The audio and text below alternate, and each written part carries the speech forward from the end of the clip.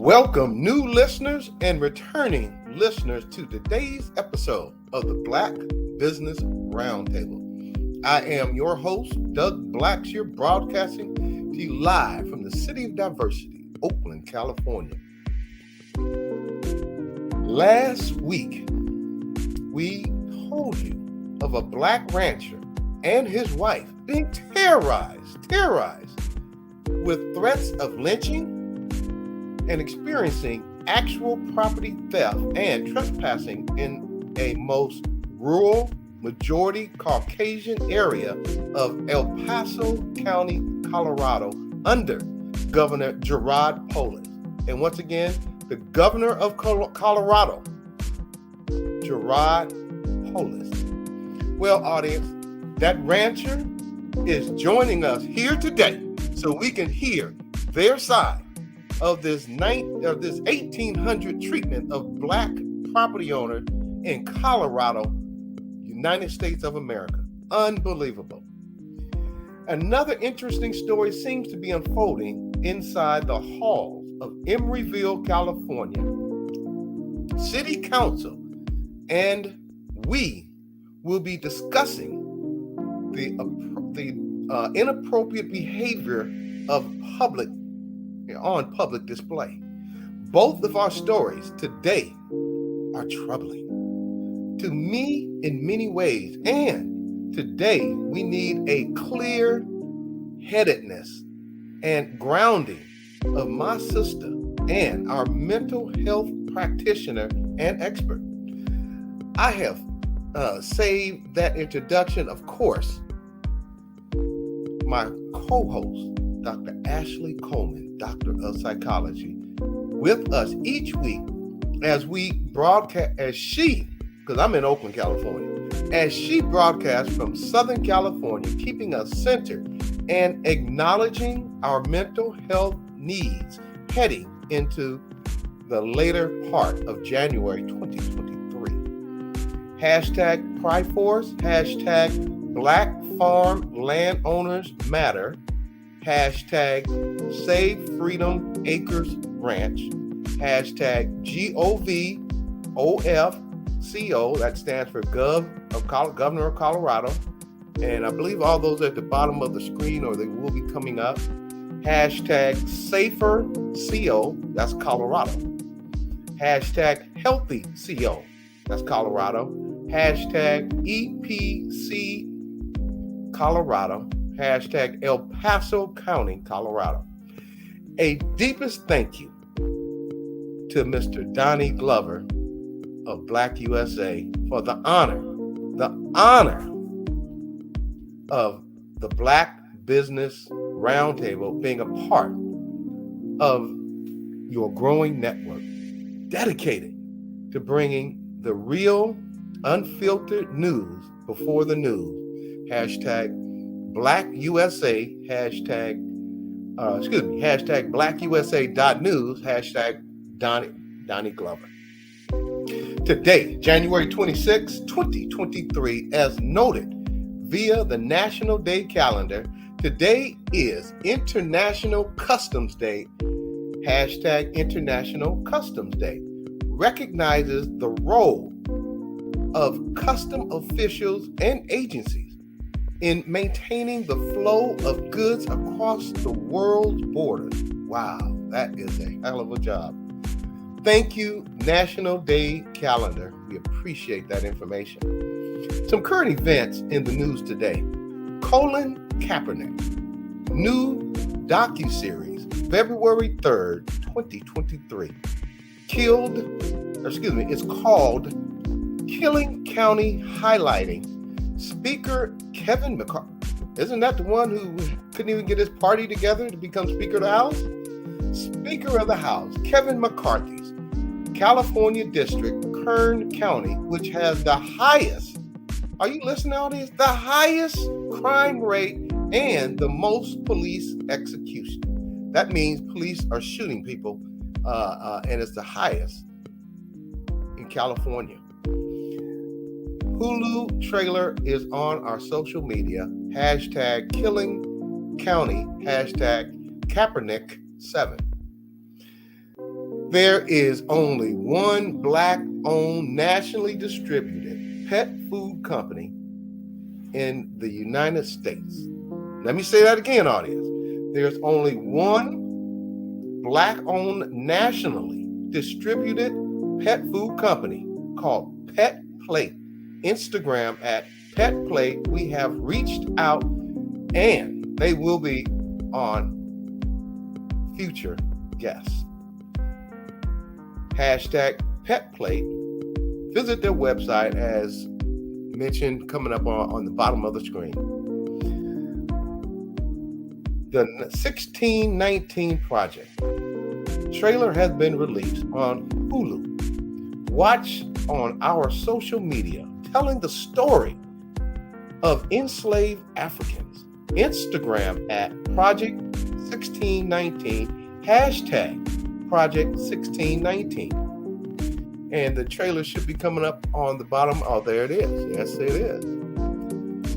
January 26, 2020 was the loss of Kobe Bryant due to a fatal helicopter accident, which a total of 8 passengers and 1 crew member died. Hashtag Kobe Bryant, hashtag Kobe Bryant Remembrance. This week's Black Business Roundtable thumbs up goes to all those that have submitted donations to the GoFundMe campaign with the heading Deputy Leading Assault. What? Deputy? Like in Sheriff Deputy? Deputy Leading Assault to steal Black farm for our guest today. Also, to all those that have reached out, shared this story via social media, calls, emails, thumbs up to you all, because there's no reason in the world why the law enforcement should be, and the neighbors, should be harassing this Black family owning 1,000 acres in El Paso County, Colorado. Shame, shame, shame on you. This week's Black Business thumbs down goes to who made the Black Business Roundtable Naughty List in 2023. This week, Governor Gerard Polis of Colorado. Yes, Governor Gerard Polis of Colorado. And you'll find out as the show goes on why we chose this governor who is allowing this harassment of a Black family in Colorado. His website is, now check this out, audience. The woman, one of the owners of the ranch in Colorado is an ex-Marine, United States Marine, ex-Marine. Governor Gerard Polis of Colorado, his website is, and states, started nonprofit to help veterans. Well, isn't our guest a veteran? Governor, when are you going to start there? Well, this ranch family includes an ex-Marine, and we reached out to the governor and district attorney's office. Neither has responded to our inquiries. Instagram at GOVOFCO, Gov of Colorado, and CO prosecutors, and that's at CO prosecutors for the county prosecutors. Hashtag GOVOFCO, Governor of Colorado, and hashtag CO prosecutors. That's Colorado prosecutors. Don't receive the thumbs down in hashtag the town. Do better. You are welcome to come and talk with us and tell us about why thumbs down and why you shouldn't get the thumbs down. We should reverse that to thumbs up. Make it right. Hashtag BBRT Naughty List. Hashtag BBRT Naughty List 2023. Today's show highlights I look forward to our segment today with Emeryville California Council member Khalima Priforce discussing incidents not becoming of city council members in Emeryville, California. We also interview Freedom Acres Ranch landowners in El Paso County, Colorado, and their fight. And you know me, I like a good fight. And their fight to farm. Hashtag fight to farm. So let's get started. This fourth Thursday of the 2023 new year with my co-host joining me shortly, Dr. Ashley Coleman, as we give you the scoop and right here from Oakland, California on the Black Business Roundtable, January 26, 2023 episode. My co-host and show guests today include our very own Therapeutic Thursday check-in with our very own Dr. Ashley Coleman, Doctor of Psychology, tenured and immediate past department chair, assistant professor of psychology at University of the West. And we'll welcome her back when she gets backstage. Council member Khalima Priforce of the city of Emeryville, hacktivist educator, three-time entrepreneur, Black Afro-Latin, Buddhist, vegan, gamer, Democrat, just a kid from Brooklyn. Instagram at Priforce, hashtag Priforce. Our last but definitely not least guest, Black cattleman, Courtney W. Mallery. Mrs. Nicole Mallery is an ex-United States Marine. Do you hear that, Governor of Colorado? You're talking about helping veterans, start there.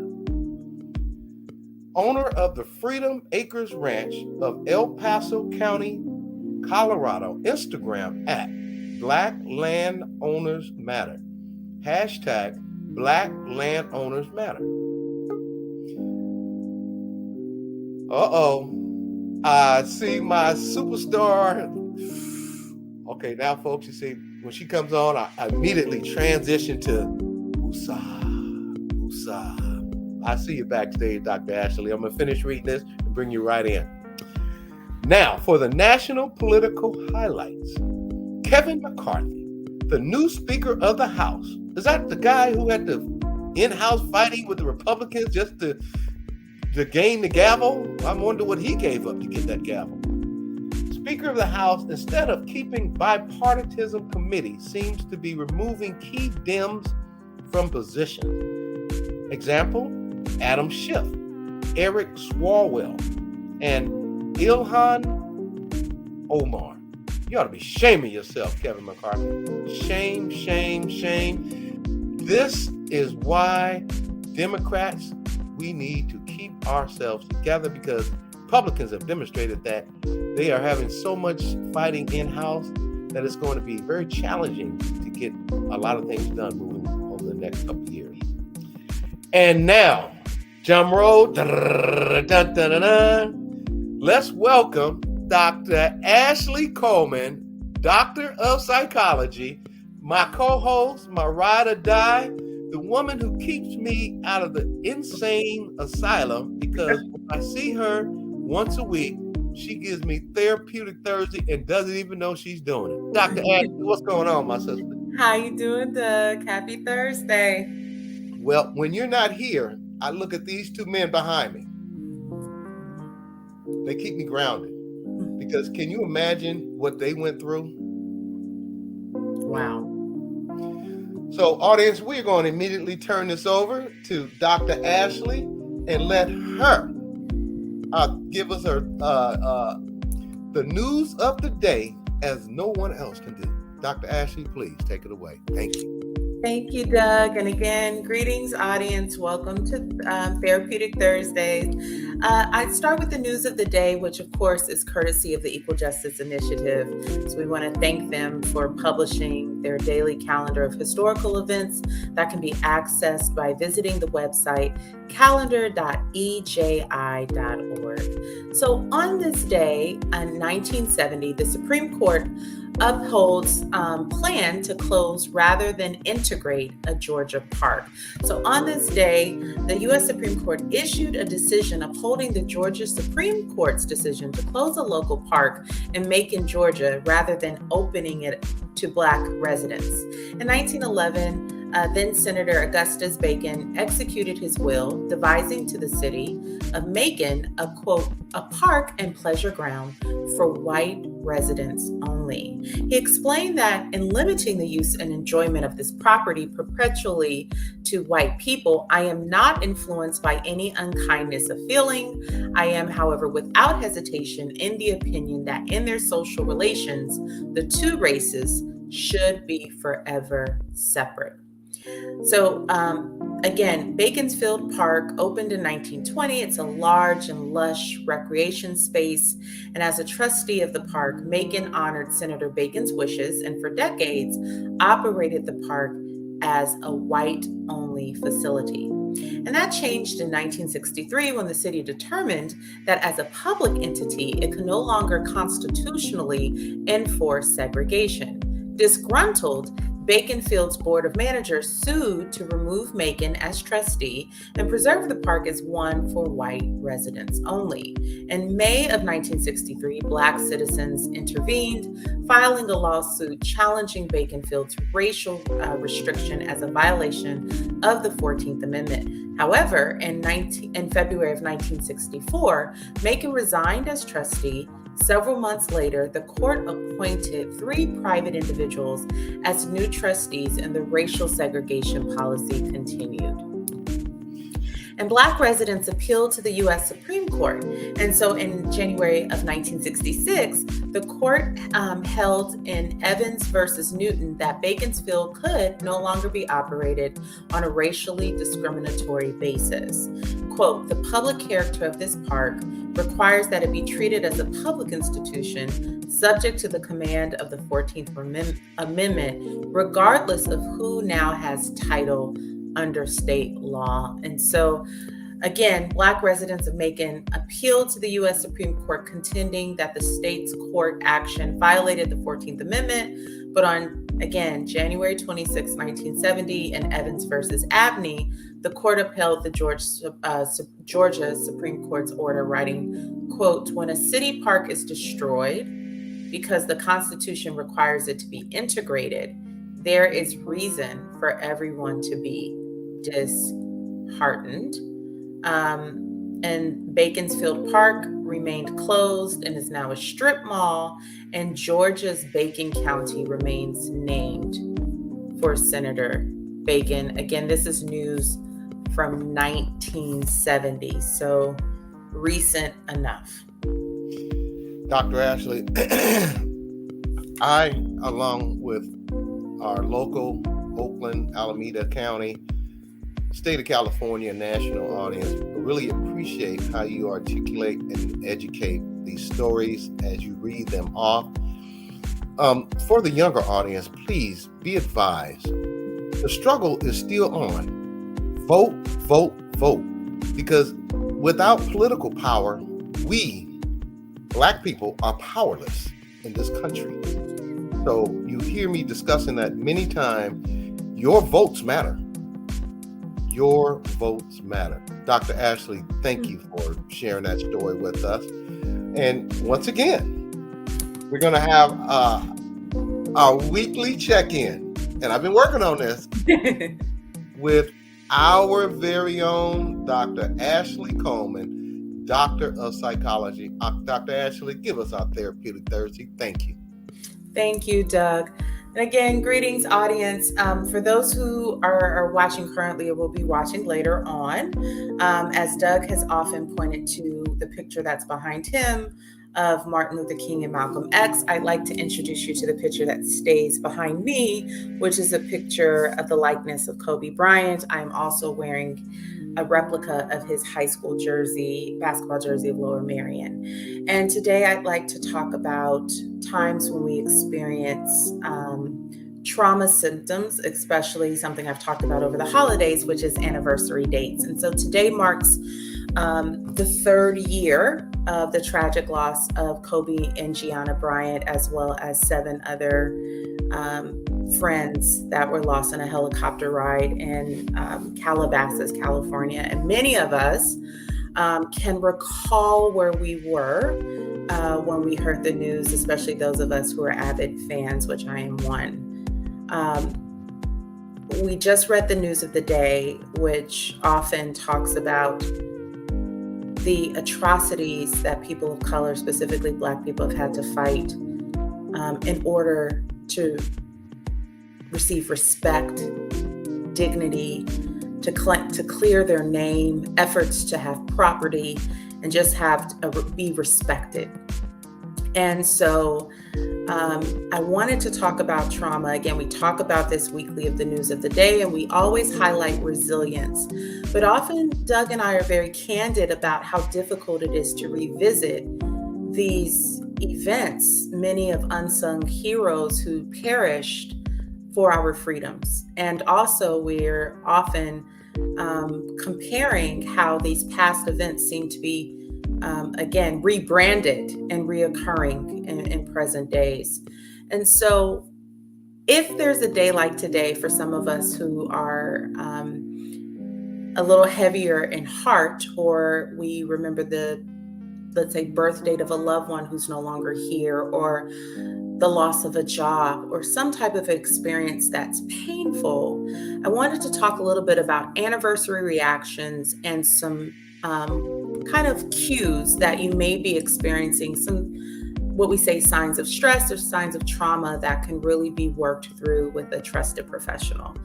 And so one of the buzzwords that I'm sure many of you are familiar with is triggers. And triggers are something that can be applied to our senses. It can be a memory, it can be a smell, it can be, again, something we hear. Often we know that veterans can sometimes hear fireworks and it can mimic gunfire. The triggers, however they present, often come out of the blue. And it can be around the time of the anniversary, and they can happen at any place. And they may occur because, again, we have a saying in psychology.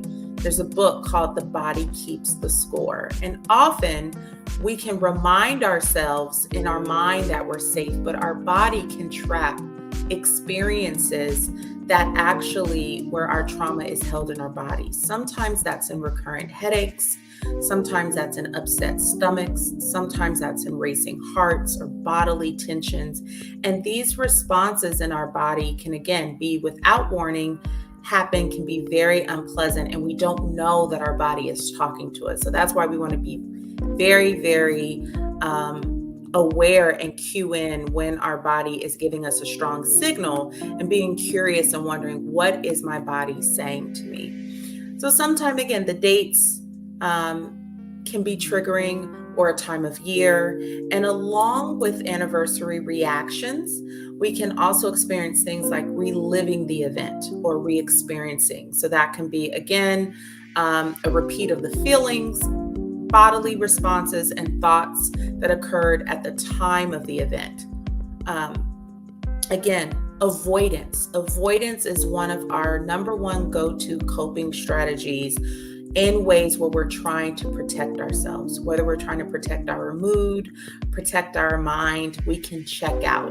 That can mean avoiding places, people, or things that remind us of the event. Earlier today, I was very aware of the passing. Again, for me, the passing of Kobe was very significant personally, as he was a role model in many ways to me. And I found myself avoiding the timeline, avoiding sports center, not really wanting to see people post the memories. We know on social media sites, there's a way where you can have memories come back up. And I didn't want to see a reminder of the post that I posted on January 26, 2020. Other types of, again, reactions is negative changes in beliefs and feelings. So sometimes when the anniversary is near, it can lead to sadness, it can lead to irritation, it can lead to retreat from friends and family. Sometimes it can also lead to what we call a hyper arousal. So being keyed up, and that's something, being on edge, not being able to sleep, not feeling safe in one's environment. What are some experiences, again, that can trigger this reaction? One is loss. Another one could be trauma at work. This could be a potential threat of loss of life. So there are different types of traumas, but it's very important to kind of recognize these signs that your body or mind can be speaking to you, and there are things that can be done in order to gain support. So as always, there are things that sometimes people do personally to feel better. That can be sometimes service.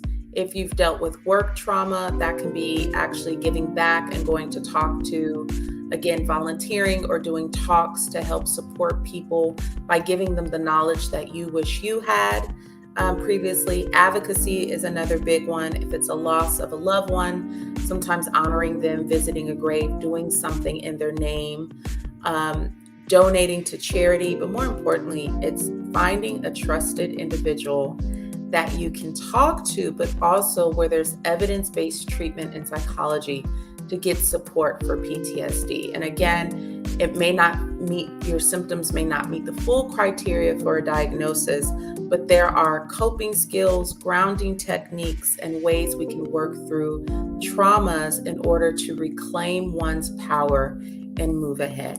And so I thought I would just remind us again, trauma can come in a variety of ways. We're going to hear the first person accounts from individuals right now that are fighting for their right to land and to thrive where they want to, the freedom to thrive as African Americans. I look forward to their story. As always, if you or someone you care about you think could really benefit from receiving therapy, you can check out therapyforblackgirls.com, therapyforblackmen.org. You can look at insurance panels or Psychology Today and filter the clinicians based on the criteria that's most important to you. If someone you know and love and care about is having a psychological crisis, you can dial 988 24/7, or you can text 741 and 741 if you prefer to communicate via text message. And you can always, like we like to say at my age, we pull up on someone and escort them to the emergency room as well. Doug? Dr. Ashley, this audience, as well as myself, from the conception of this show, between our backstage producer creating some of the greatest shows that I have ever seen, and I can be slightly biased, but also your input is so valuable and needed for our people to understand.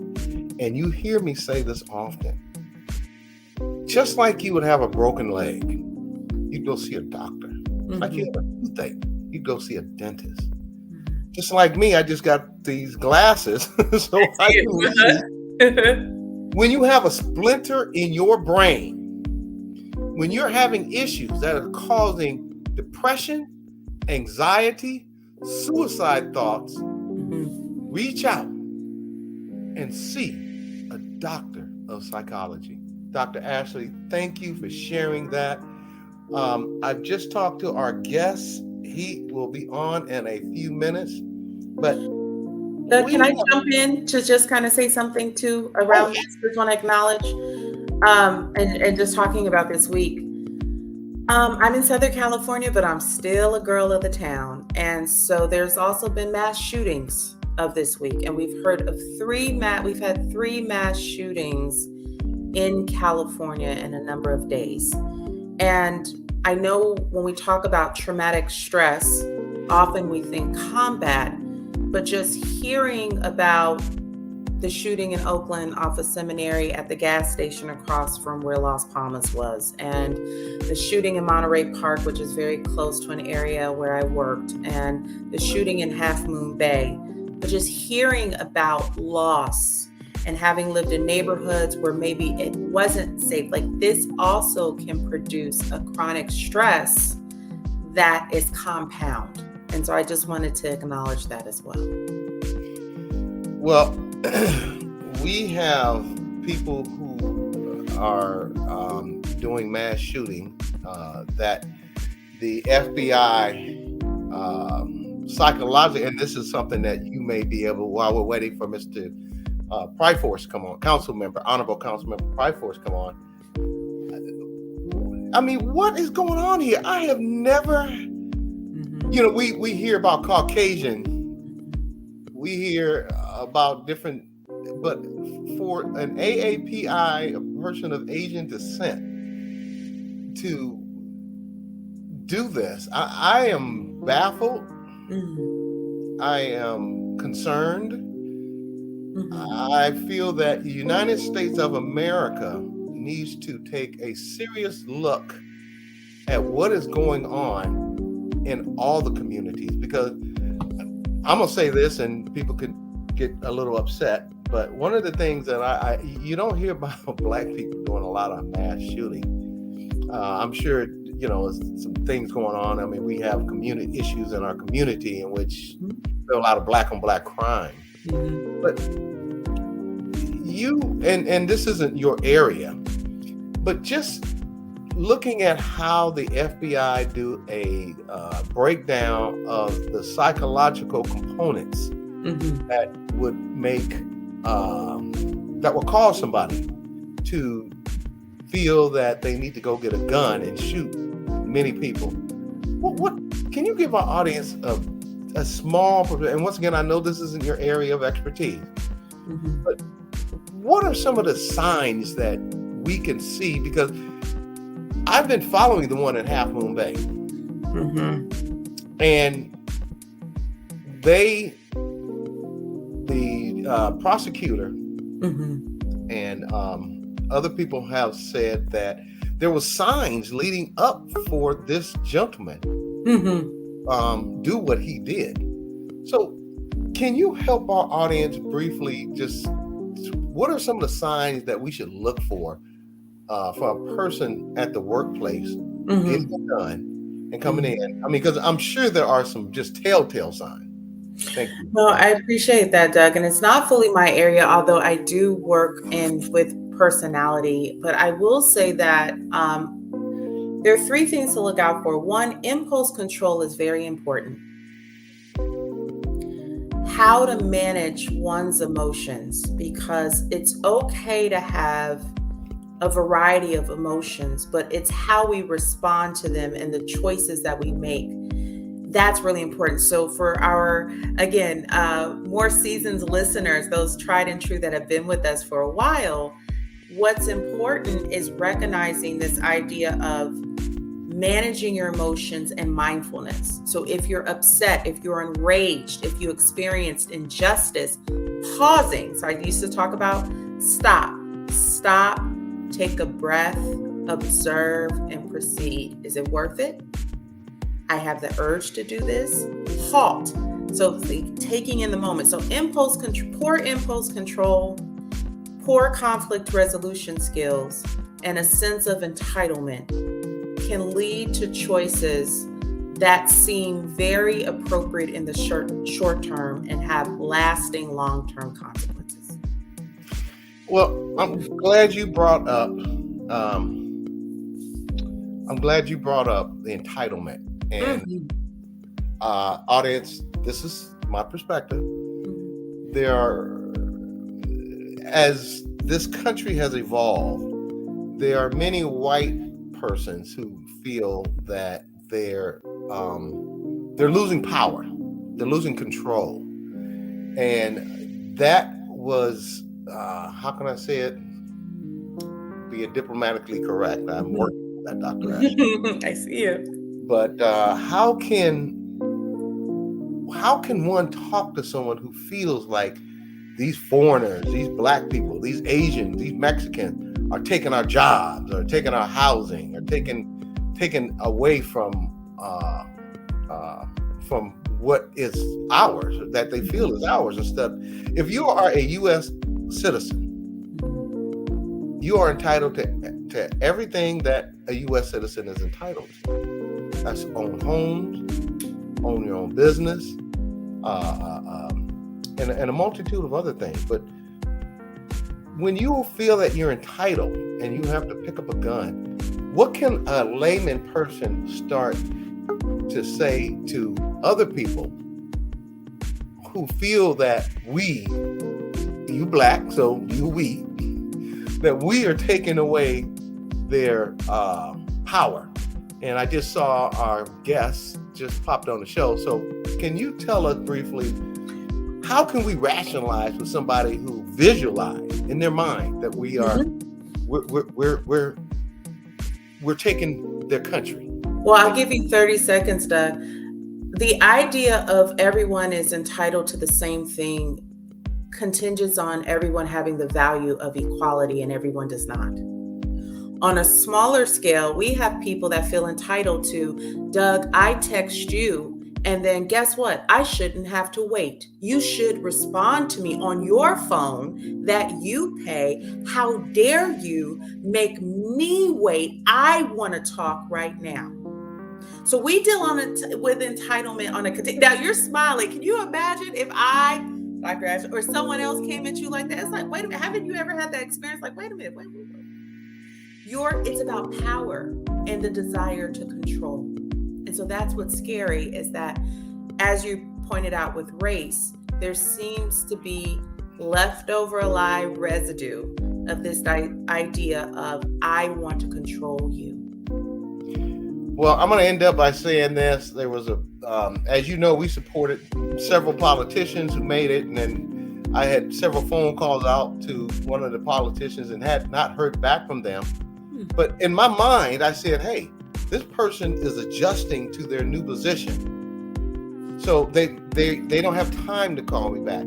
So audience, as I end this and bring on our guest, Mr. Honorable Emeryville Council Member Khalima Priforce, be patient. Right. Exercise the same understanding that you would want someone to exercise with you. Mm-hmm. Don't resort to violence, and woosah.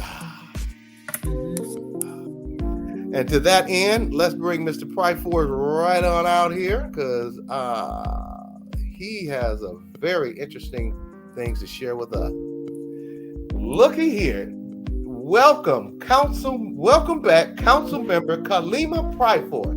Dr. Ashley, can you read this dynamic New Yorker turned Oaklander bio? Thank you. Absolutely. Council member for the city of Emeryville, hacktivist, educator, 3-time entrepreneur, Buddhist, vegan, gamer, Democrat, author of How to Raise a Hacker. Just a kid from Brooklyn. Is Brooklyn in the house? Just a kid from Brooklyn. Khalima Priforce is the hacker in Emeryville City Council as a former serial entrepreneur and early pioneer of the, quote, Learn to Code movement before becoming the first Haitian American elected official for the state of California. Welcome back, Councilmember Priforce. We're happy to have you. It's great to be back. Well, let me be clear. I didn't know you were the first Haitian. We need to amp that up, because right. Mayor, who's the first Hmong in the country to have a title as mayor, highest in the country politically, we have a Haitian here. That's right. So we need to amp that up. Mm-hmm. I'll be right back. I need to charge my headphones. I'll be right back. Okay. Okay. Audience, this is why you need to get involved with your political process, because just like Mr. Honorable Khalima Priforce is the first Haitian Just like Mayor Shane Tao is the first Hmong, this country is for all of us.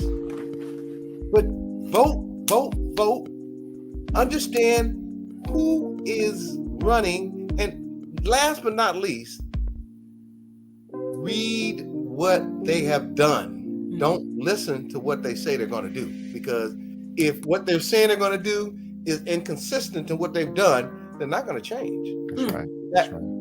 To that end, what's going on, my brother Audible? Priforce, I am so glad that I reached out to you the first time I met you. I said, man, we need you. Look how it's paying off, my brother. No, thank you. And as far as I'm concerned, the Democratic Party needs you. Yeah, they need you and Kim, because without your voices, without your platform, we'd be pretty lost. Well, let's get right into it, but I just want to let you know, I reached out to some colleagues in regards to your situation. One is the chairman of that organization and the vice chair. And I will love to share how we're going to move forward in uniting. See this? Unite. No one ever thought these two brothers would be in the same photograph. That's what we have to do, is unite.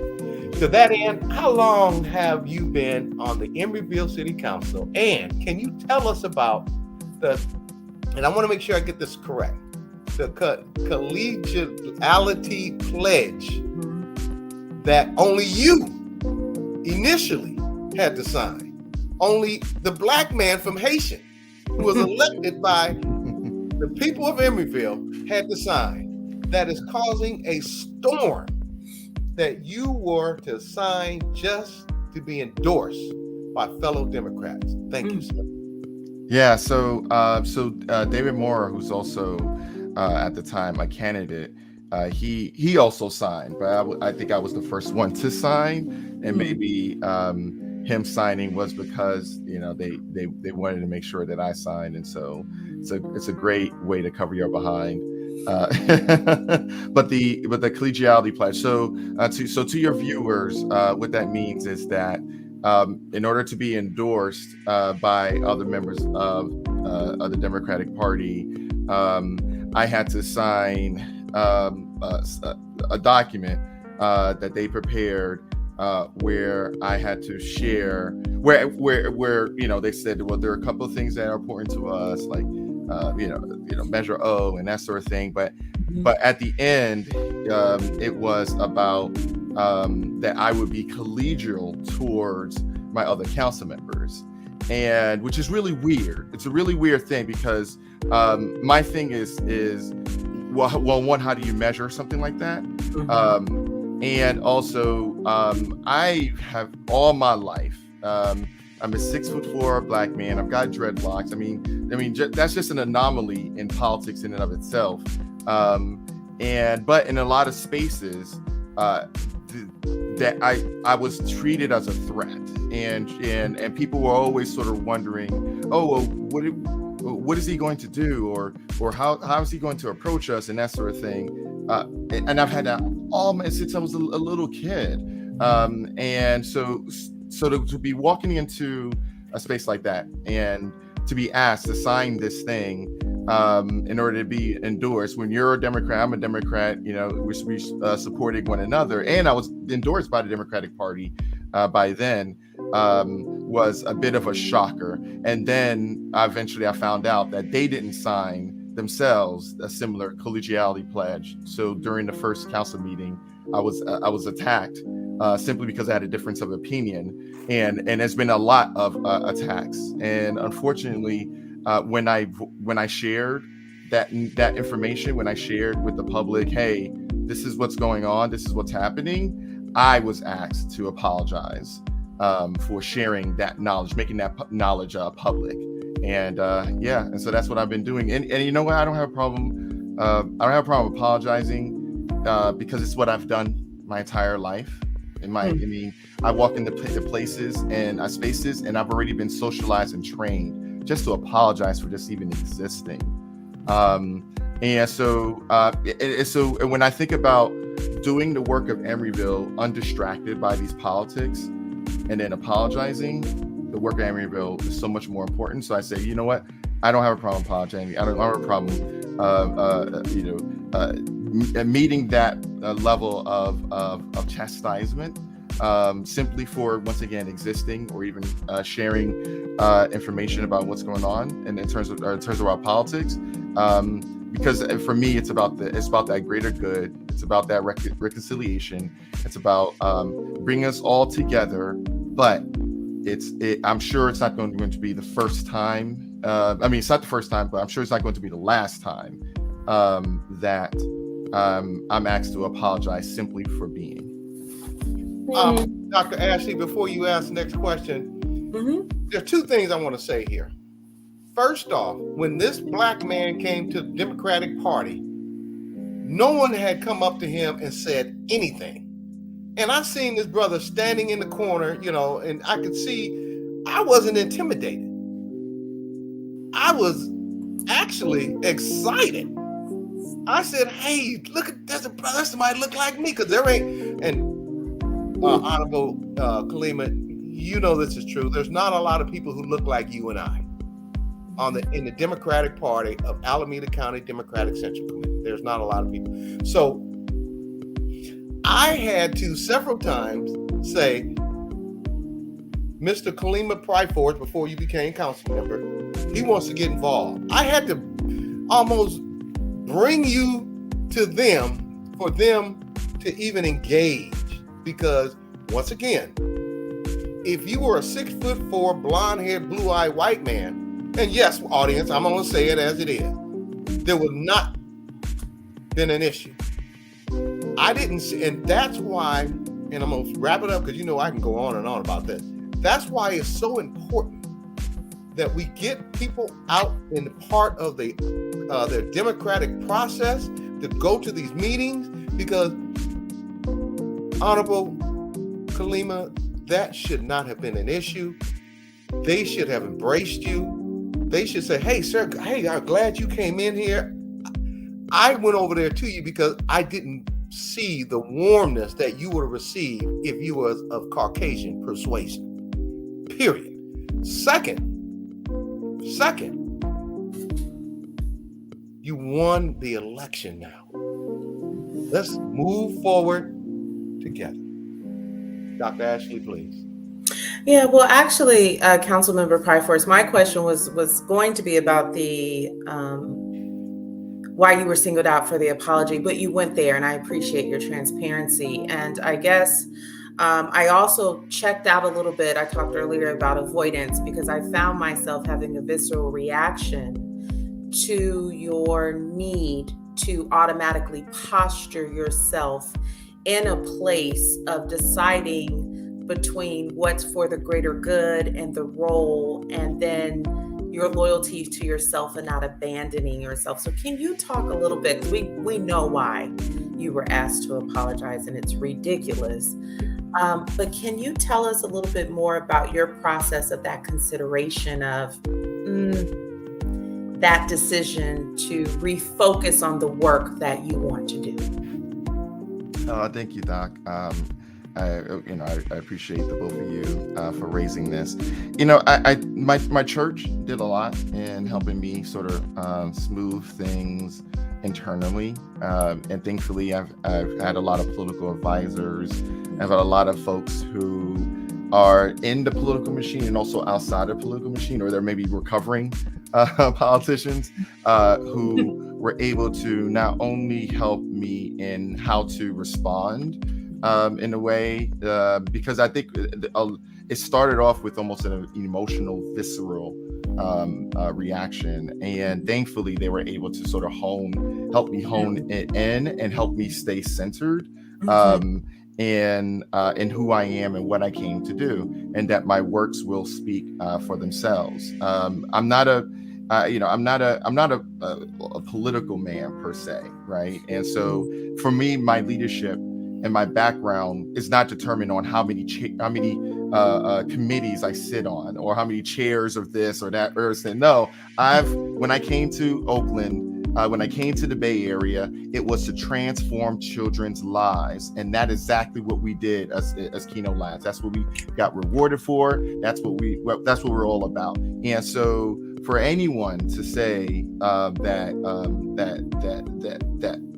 what I do and what I represent is harmful, for example, because that's what happened, was that, because you're critical of anyone in the council, you must be you must be homophobic, or you must be anti-Black women, or you must be, and I understand politics is like they'll just throw anything at you. If they don't have anything, they'll just make it up.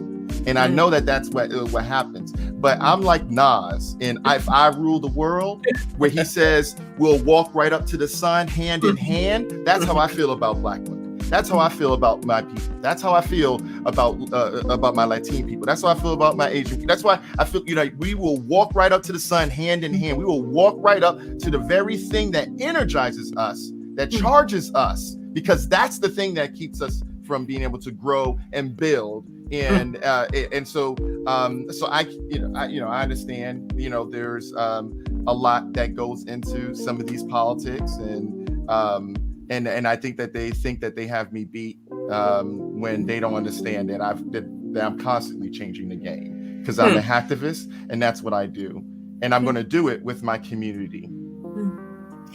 I'd like to say this, audience, white, Black, and other, stop looking at Black men as a threat.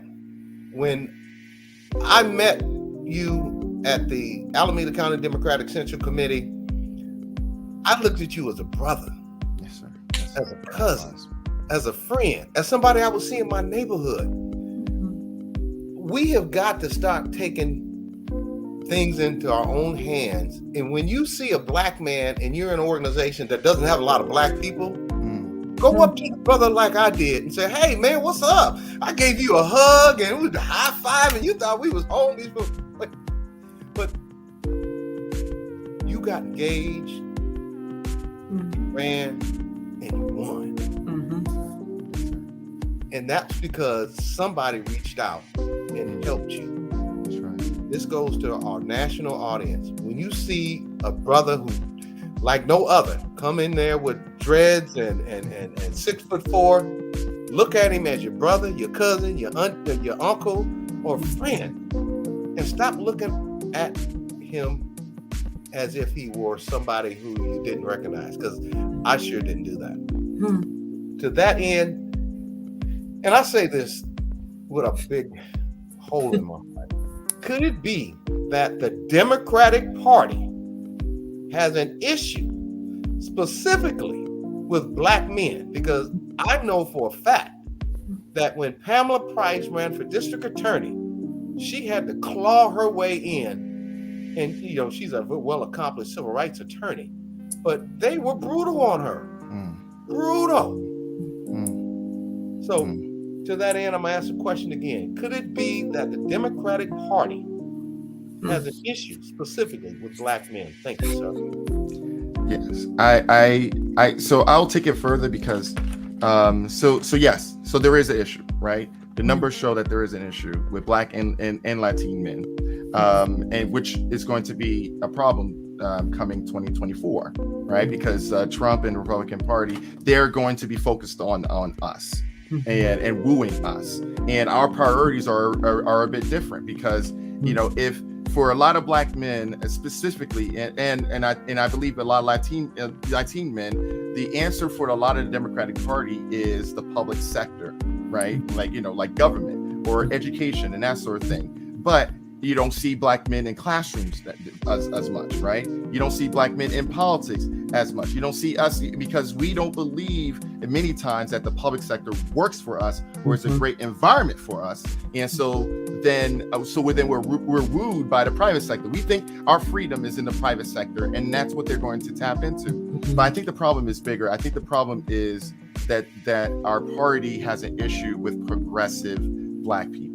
Progressive Black people who are independent, when we are not on that liberal, the neoliberal train, right? Now, when we say that we are unbought, and on Bost, right? They have a problem with the Shirley Chisholms, right? They have the problem with folks who, and I think that is what I have in connection with Pamela Price or Elisa Victory and several others, is that they have a problem because they don't know what to think, they don't know what to do, and because it's not like we're not qualified. I mean, come on. I mean, look at our credentials. So it's not that. It's I think they're just afraid that we would steer the platform towards something that could actually be innovative and that could actually disrupt some of the power structures, such as my focus on steering the progressive platform towards tech equity. I have the privilege of asking the next question, but before I do, one, I just want to acknowledge we have our listeners who are engaging with us. We see you, Desiree and Sister Quandra, and I would just want to respond. The programming is real, and so with that, I want to hear about these plans you have for Emeryville. So let me tell you just a little bit quickly, Councilmember Priforce. Grew up in Oakland, and Emeryville was Emery Bay Theater, the old school one before there was even a Bay Street. And so getting dropped off there and going to the food court with the arcade, that was it and everything. And so I know Emeryville has continued to grow. So I'm curious, can you give us some insight? What are you planning for the city? So one of the things that I will be releasing are the numbers of African American and Latine home ownership in Emeryville. And everyone, everyone thinks that, everywhere it's bad. In actuality, there's actually almost a flat lining. So there aren't like big improvements, and there aren't like huge dips. It's sort of just been a slow decline over time. Okay. Emeryville's numbers, when I got them, I had to shut my laptop lid. Right. Yeah, it was that bad. Yeah. And it's still bad.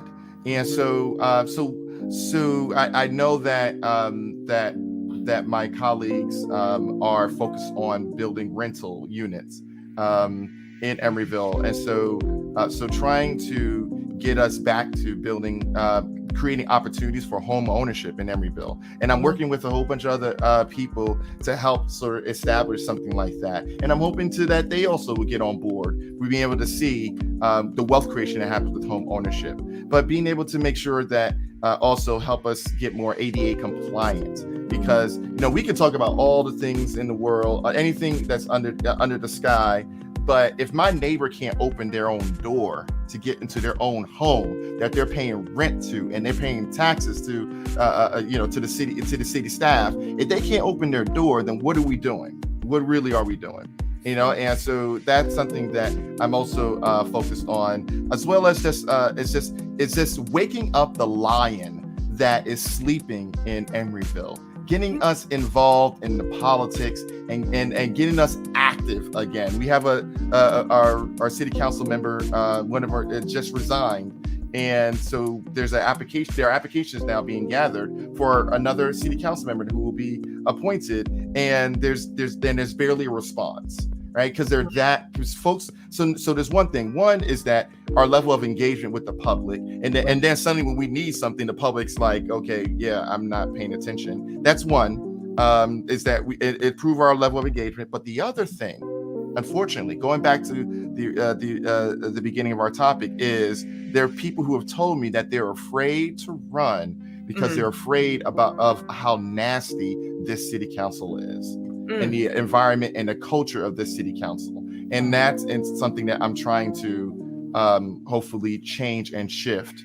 Is that City Hall is a more positive, healthier place to be. None of the snarkyism, none of that stuff that people see on Twitter, and they're going, oh, that's drama. And I call it, we need to act more like real government and not student government. Touche. Yes, ma'am. We know you are running in the ADEM elections and look forward to the vote tally. Perhaps by our next show, when you return next week, you can let us know what's going on, because we're looking forward to hearing that. Dr. Ashley? Yes, well, I know that Councilmember, Priforce, you are coming back. So we want to just announce to our audience how they can engage with you. So it sounds like your Instagram handle is at Priforce. And also they can engage with you by visiting your website, priforce.com. Yes. And at Twitter, at Priforce. And at Priforce on Twitter as well. Wonderful. That's right. We were so appreciative of your time. We look forward to continuing to introduce you to our audience, and keep up the good fight. Keep up the good fight. And thank you for being unapologetically Black. We all appreciate you. Honorable Kalima Priforce of Emeryville, California. We look forward to having you back. We want our audience to see whether you have dreadlocks or crew cut. You can be somebody that makes a difference in the political powers in your local community. Thank you, sir. Have a great day. We'll see you next week. Thank you. Dr. Ashley, that was awesome. I mean, I know we run a few minutes behind, but that was, go ahead. Our people need to see our people making a difference, getting involved, getting elected. A lot of people say we can't handle things on the national level, but locally here, if we get brothers like Kalima Priforce, and let me be clear, audience, I went up to him and encouraged him to get involved almost a year ago, and boom, there it is. Dr. Ashley, thank you so much. No, thank you, Doug. And before I acknowledge our wonderful Donnie Glover, who makes this platform possible, two things. One, it takes support. And it was clear that you were supporting Councilmember Priforce before he became Councilmember, but also listen to, and we had Elisa Victory on with Victory Corner, but listen to the required stamina it takes to persevere, right? And that's what we're noticing. So everyone's journey to getting involved, also kind of counting, counting the cost of that. But yes, absolutely, we can support one another to be able to keep fighting that good fight. Again, thank you, Mr. Donnie Glover of BlackUSA.News. Audience, be sure to tune into our sister shows. We have Chapin Friends on Monday, Party Marty Let's Talk on Tuesdays. We have Black USA Crypto News with Kamal Hubbard on Fridays. Again, he knows all about blockchain and cryptocurrency. On Saturdays, there's the Blackout Live from New York with Tashmir, and on Sundays, 60 Minutes in Black USA with Michael Haney. And to join our BBRT advertising family or to be a possible guest on the show, you can reach us via our email address, bbrt2021@hotmail.com. Please be sure to include your company name, address, website, and contact information for vetting consideration. Well, we are waiting for our guests from El Paso County, Colorado, to break us into all the animosity, racism that they're experiencing down in Colorado. Mm-hmm. And audience, let's be clear here. It's shameful. Mm-hmm. We want to go around, and I say we, Americans, we want to go around the globe talking about how fair and open we are to other countries, and how we want to beat other countries up for not exercising a good judgment. But we in America, we have a lot of work here to do. Mm-hmm. We have to, if we're going to fight for other countries, we need to start here in California, here in the United States of America, in Colorado. Governor, we're going to be mentioning your name quite a bit. Oh, there goes my sister Quandra Gaines. What's going on, Quandra? I also saw our Donnie Glover, the man who put this all together. But while we're waiting on our next guest, Dr. Ashley, can you help our audience who, and I'm sure, I am absolutely positive that the Freedom Acres Ranch, owned by Black ranchers, are not the only people in America who are facing racism. They own 1,000 acres in Colorado on property that no one else wanted. What kind of mental strength, mental words of inspiration that you can give, not only when our guests come on, but the people who are experiencing in their neighborhoods and their jobs? What kind of tools can you give them to deal with these situations? Thank you. Oh, thank you, Doug. I think it first starts out with the mission and preserving the mind. And so figuring out, for many of us, we think about our ancestors, we think about a legacy of success and our dreams, and we're fighting to achieve those and sustain those. And we understand that not everyone is receptive to greatness being paired with melanin, but it is what it is, and that's their problem. I think for all of us, though, we have to count the cost of peace, what's worth it, constantly assessing how, and being in these environments, how is it impacting our mental, physical, emotional health and well-being. And so often just questions to consider, if you're in the workplace, is it your immediate supervisor? Is there advocacy? What is HR doing? Is this a contract position versus full-time? Do you see yourself being able to thrive and be long-term in this environment? Is there something that you can get from this experience and then either do a lateral shift or a forward move? So there are different types of, I think, reflection questions. But overall, as we were saying to our listeners last week, often the goal of these individuals, unfortunately, is to disturb the target individuals to the point of leaving. Well, no, go ahead. I just want to say, audience, we are in 2023. And for this country to have many problems, many been solved, but to continuously have the problems that the Freedom Acres Ranch are having is shameful, and it goes to the heart of what I talk about every week. We must get involved in the political process. We must be able to call a council member, a mayor, a district attorney, and say, hey, what's going on here is not right. And I'm going to put it very simple because I can go on and on and on. Either you're sitting at the table or you are on the menu. Many young Americans, Black Americans now, they're not putting up with this madness. But let me just tell you, young people, from the bottom of my heart, the way you win is you get yourself registered to vote.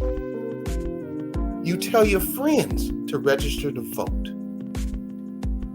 Then you understand the politicians who harbor non-American ideology. And I could just break that down. Racist. They're racist. They are uneducated, or they choose to feel entitled. And at the end of the day, if you allow someone to take you away from your God-given right as an American citizen to elect people who understand what this country was built on. And even in our Constitution, they have many written words that aren't I see that. Mm-hmm. You see, I'm working. I see you. I see you working. I see you pausing and taking it in. I do. Well, I'm concerned more as I read this story of Freedom Acres and how a family was uprooted from a hurricane ravaged Louisiana to come to Colorado, and they have been brutalized by people who, from my understanding, they helped feed through the COVID virus. And these same people are now trying to run them off with the help of the deputy in Colorado, the sheriff department, the deputy sheriff. So I'm going to check with Kim. Yeah, well, we have a petition here that I'm going to read a portion of while we wait for them to come on. But yes, it is hard to find the appropriate words to and to do so tactfully to really describe the terrorism that's happening. And I think that's an appropriate word that we used last week. And so last week, listeners, we mentioned, again, the GoFundMe and read a first-person account of the experiences. And so now what I'm going to do is quickly read the petition here. So this is located on change.org, and there's a petition that's titled "Fire Corrupt Deputy Gerhardt for Abusing Power to Steal the Only Local Black Farmers' Land." So again, this is the headline of the petition. Currently, 891 individuals have signed, and the goal is to acquire 1,000 signatures. And so here I'll read again for our new listeners to get familiar with the case. It reads, "We are a family of the United States Marine Corps veterans. In spite of fighting for our country, my family and I have faced threats of lynching and hanging and now live in constant fear for our lives in rural Colorado Springs. I don't know if it's 2023 or the late 1800s, but fires, pitchforks, and ropes are familiar sights for my family. And just like in the late 1800s, the only reason is that I am a Black farmer who dares to live the American dream of working my land, providing farm fresh foods to my community, and leaving something valuable and everlasting to my family." And I'll go just quickly to the next paragraph. "The individual leading this reign of terror and trauma is our own Deputy Ray Gerhardt, with the rest of our local police force participating in the abuse and following his lead. It's incredibly sad, disheartening, and hurtful that those who have sworn to serve and protect are the reason my family and I had our land and our lives threatened."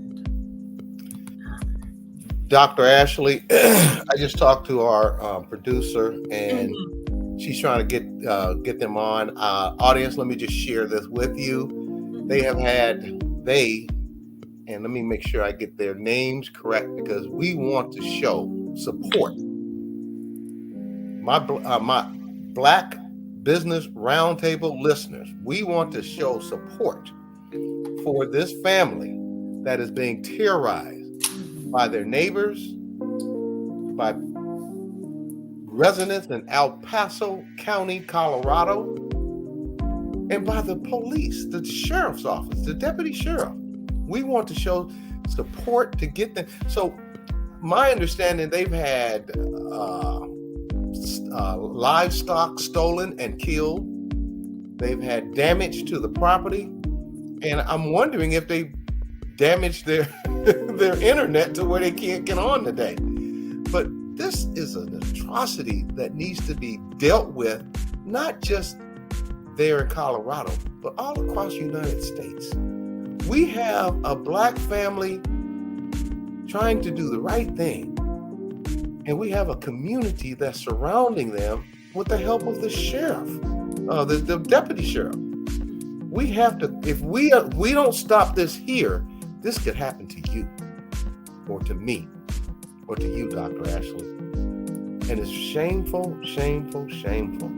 So we're going to give them a few more minutes. I'm checking with my producer to make sure we can get them on the show. And if we can't get them on, we'll definitely be closing out early. But they are being terrorized in the United States of America for being Black and being able to buy property in Colorado. And Colorado governor, if you didn't know, now you know. Dr. Ashley, can you briefly tell our audience how a story like this can infect people who believe in the American way, and people of color, Black people, and the mindset, what's going on in young people's mind, and say, dang, that could happen to me, instead of the police getting in, law enforcement getting in, they're aiding and abetting. What could you tell our young folks out there who are trying to wrap their arms around, in 2023, we have a family being terrorized? And the sad part of it is, the woman has served in the Marines to protect this country. Thank you, Dr. Ashley. No, I appreciate that, Doug. I kept reading the petition, and again, it's a first-person account of trauma. And I think young people are actually very in touch with this because they've grown up in the media at times and post, again, we turn on the television during the pandemic and we've seen the loss of, Ahmaud Arbery. We've seen the deaths of Eric Garner. We've seen the deaths of George Floyd. And so I think young people are very aware that there are no guarantees of whether it's education or neighborhood. There isn't an achievement that makes us as people of color or Black people specifically immune or protected from racism. Audience, listeners, let's be clear. We have a country that is moving forward. We can send people to the moon. We can go to the depths of the sea. And all these things are being created by all Americans, including Black Americans.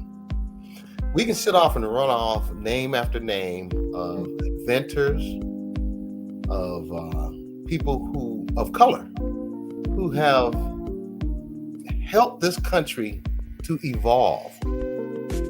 But when you hear stories like this, it makes you wonder, what have we evolved into? I'm going to continuously say this, and if we don't have our guest on soon, we're going to close out early, Dr. Ashley. Before your next client, you can go grab a... But I say this repeatedly. If you are not at the political table, you are on the menu. You got to get out and vote. You got to register to vote. You got to understand who is representing you in your communities. You got to have contacts with your council people. You need to go to council meetings and understand the issues that are on the board. If you get involved when you have law enforcement perpetrating crimes with the community against, example, our guests, you can vote them out of office. In Alameda County, we got rid of the old regime of district attorney brutalizing Black people in the judicial system, the prosecutory process in Alameda County. We have a civil rights attorney, Pamela Price, Madam DA now. With the sheriff, we have a Hispanic sheriff now who was elected and took away the empire of a sheriff that has run this sheriff department ragged and made millions of dollars. And that is because I'm learning. And I say learning. I, like many Americans, said, I ain't voting, man. It don't make a difference. Well, I did vote, but I didn't run out and I didn't get involved. I wasn't part of the Alameda County Democratic Central Committee. And I want to back up on that. If I had not done that, I would not have met Honorable Khalima Priforce. I would not have been a part of Barack Obama's Shaw and getting him out there, because these men came to the Alameda County Democratic Central Committee meeting, and they were treated as outcasts. Yes. No one went up to them and said, hey, how are you doing? And when I saw that, I went over to him and said, hey, man, my name's Doug Blacksher. I'm Pamela Price's alternate delegate. How can I get you involved? I took these men and more. I've taken many people who come, took them around and introduced them to the players in the Alameda County Democratic Central Committee. I took them around and introduced them. And one ran for mayor. He lost, but he got his name out there. And the other ran for city council in Emeryville, and he won. So I'm saying that to say this. Please, please, please get involved in your political process in the cities, counties, and states that you live in, because you can make a difference. Dr. Ashley, I am thinking that our guest might not be able to show up today. So if we could talk a little bit about them briefly before we close out, and that way you could go have an extra half hour to kind of chill. But I'm going to text our producer and see if she has heard from them. I would love for our audience to get a feel for why this GoFund is so important. GoFundMe. Okay, she's sending us message that they probably had an emergency, and so again, let's acknowledge Donnie Glover, but first, let's just hold space for the Mallery family. Again, last week we talked about their GoFundMe. The links are going to be posted along with the show. I also read an excerpt from their petition. Currently has 891 signatures. The target goal is 1,000 signatures to advocate for the governor of Colorado, to investigate the deputy and just actually to show support. And so we know what a powerful medium the internet can be, where here is a couple fighting for the right, for justice, feeling isolated in their town, and yet are reaching people all over this country. And as we keep sharing that, the links, and again, do your research. So you've heard about the story 2 weeks in a row. Audience, do your research. And if your heart is led to, lend support, and we'll work on our end of getting them here so that they can tell their story in their own words. And that is one of the most beautiful things about the power of communication. Audience, let me break out a few things before we chime out early today. There was a warrant, from my understanding, put out against this family. Is that correct? And I'll follow up on that. The governor has started a nonprofit for veterans. Well, Governor, why don't you start helping this woman who was a U.S. Marine and served this country if you are truly sincere about helping veterans? And the dollar amount of the GoFundMe from last week to this week went from $8,000, and talking to my producer about an hour ago, is at $9,500. Audience, please contribute and help this family to generate the money it needs for the equipment that is needed to have surveillance around the property, and to also let them know that we care. On the Black Business Roundtable, we support Black businesses. And if the Mallery family would get more help than hindrance, they could probably have a very profitable farmland and livestock down there, because if you got 1,000 acres, you can do a lot on that land. Mm-hmm. Oh, Dr. Ashley, this has been a hell of a show today. And audience, I hate to say this, but at the end of the day, we are stronger together. Even Martin Luther King and Malcolm X understood that we are stronger together. And in Oakland, California here, we're having big issues with divided house will crumble. So on that note, Dr. Ashley, let's provide our audience with the information so that dollars can continue to pour down. And we're hoping that a mega millionaire could jump into this and help this Mallery family with the resources that's needed to fight this corrupt group down in Colorado, El Paso County, Colorado. Dr. Ashley, please. Sure. So again, there is a GoFundMe account that the tagline is Deputy Leading Assault to Steal Black Farmland. Black Colorado Farmer Terrorized. And currently, currently the GoFundMe has over close to 200 donations and a total of $9,515. Okay, so there's the GoFundMe. Other ways to support, they have an Instagram page. The handle is at Black Farmland Owners Matter. Again, at Black Farmland Owners Matter.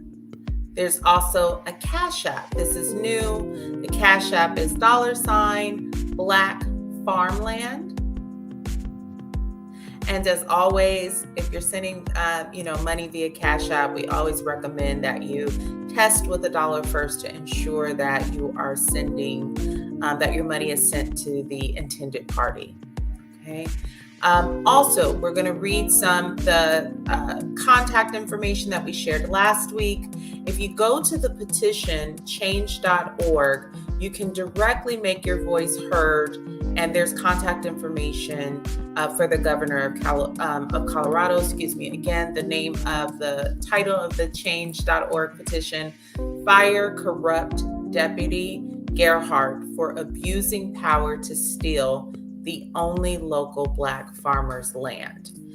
Other contacts where you can make your voice heard: there's the NAACP, the national office, 410-580-5777. The local office, 719-301-0726. There's the ACLU local number, 303-777-5482.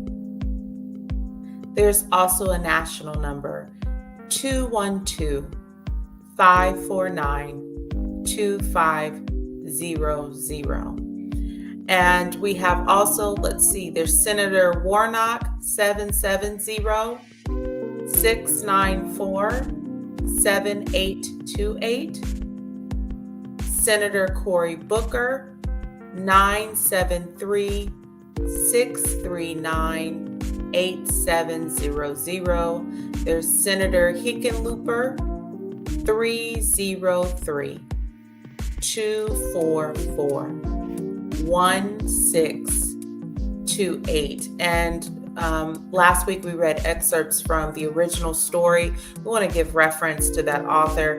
Again, Arc Republic, and both articles are written by Kaya Nyambi Shivers. And so they were written on January 16th, 2023 and January 17th, 2023. Again, Arc Republic.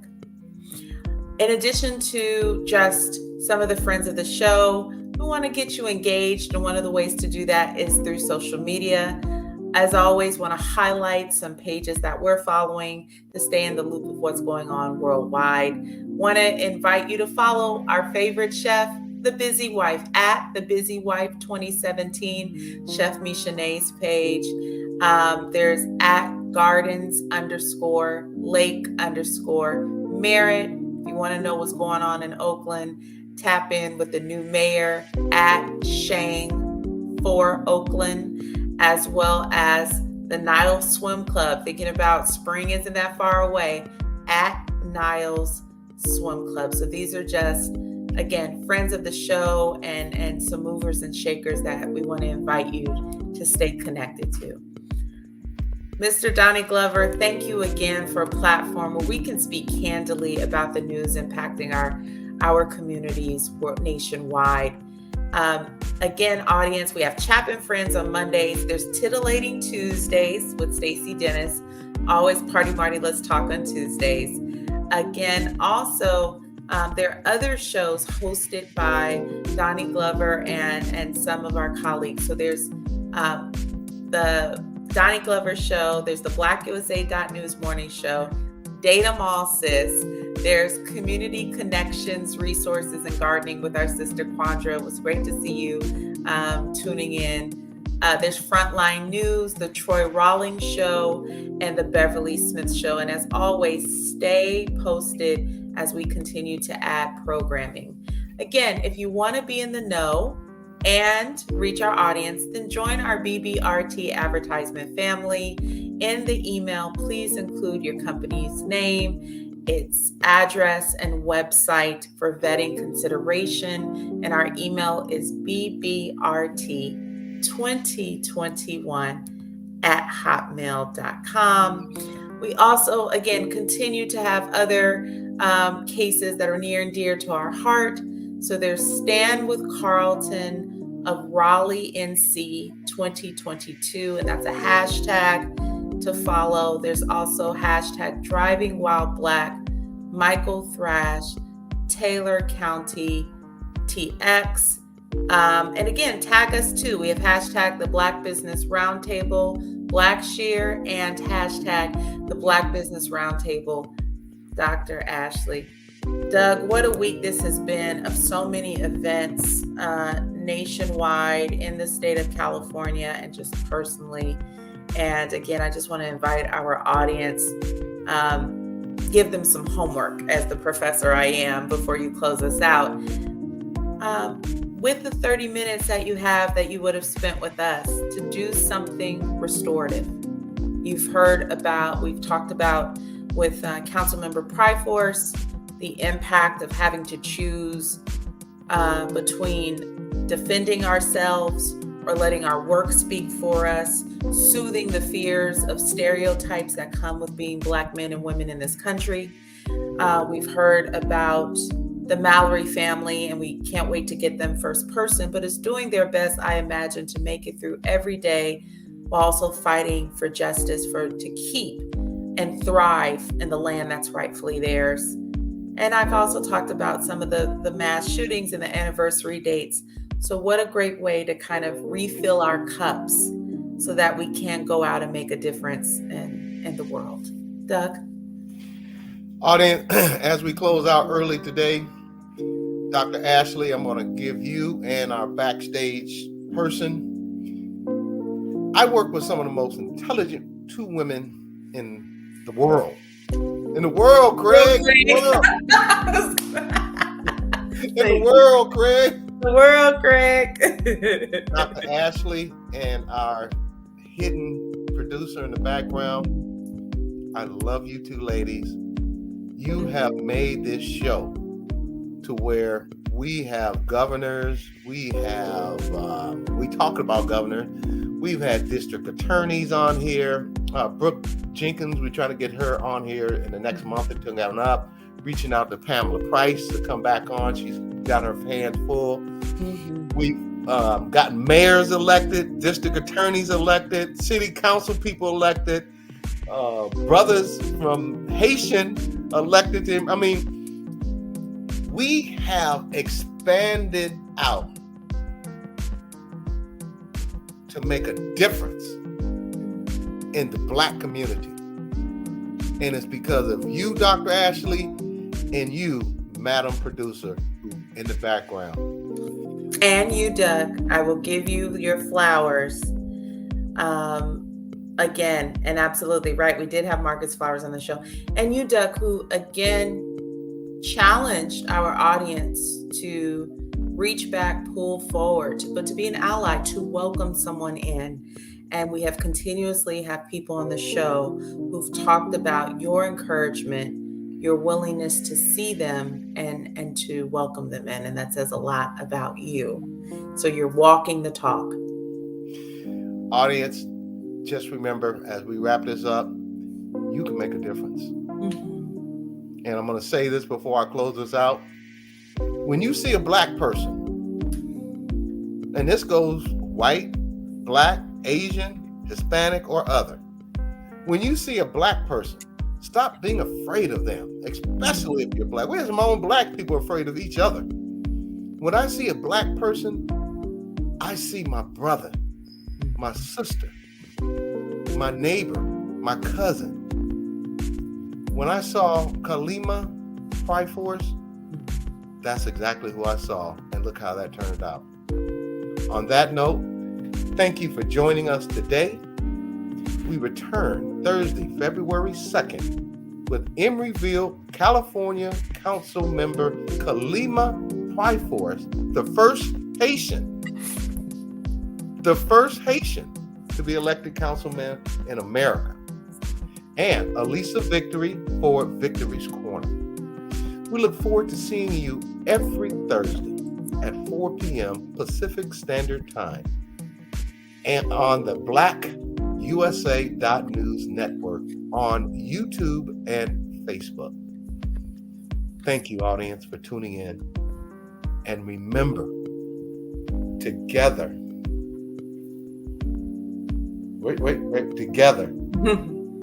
together, we can listen, we can learn, and we can share, because I know you care.